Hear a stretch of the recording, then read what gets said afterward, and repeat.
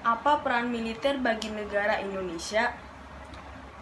Berbicara tentang TNI tidak lepas dari tugas pokok dan fungsinya. Tugas, peran dan fungsi diatur dalam Undang-Undang Nomor 34 tahun 2020 tahun 2004 tentang Tentara Nasional Indonesia, di mana sejak adanya reformasi maka dihapuskanlah dui fungsi ABRI dengan dipisahkannya antara TNI dan Polri itu. Jadi TNI dikembalikan ke Barak dengan maksud fungsi TNI sebagai penjaga kedaulatan negara kesatuan Republik Indonesia, sedang polisi sebagai keamanan dalam negeri. Oke. Bagaimana tugas para militer di Indonesia? Seperti halnya tentang secara personal ya kan. Jadi tugas pokoknya TNI itu ya sejauh menjaga kedaulatan negara Republik Indonesia ya kan, 45, terus menjalankan sabta marga dan sumpah prajurit. Mereka juga dituntut ya kan untuk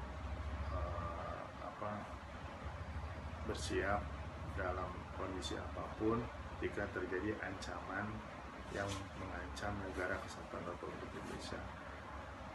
Ataupun juga mereka juga harus bersiap jika negara dalam keadaan bencana atau huru hara, TNI juga harus siap diterjunkan. Apa yang dimaksud dengan militer? Yang dimaksud dengan militer adalah kalau secara personal ya kan, jadinya putra-putri Indonesia pilihan ya kan. Jadi putra-putri Indonesia yang lolos seleksi ya kan, terus dididik dengan fisik yang bagus, terus dilatih ya kan, dilatih bagaimana menembak, bagaimana survive. Mereka fungsi salah satu tugas pokoknya itu nanti untuk diterjunkan ke perbatasan Indonesia yang secara geografis memang membutuhkan fisik yang harus kuat. Mengapa hukum pidana militer disebut hukum pidana khusus, dan apa dasar hukum pemberlakuan hukum pidana militer?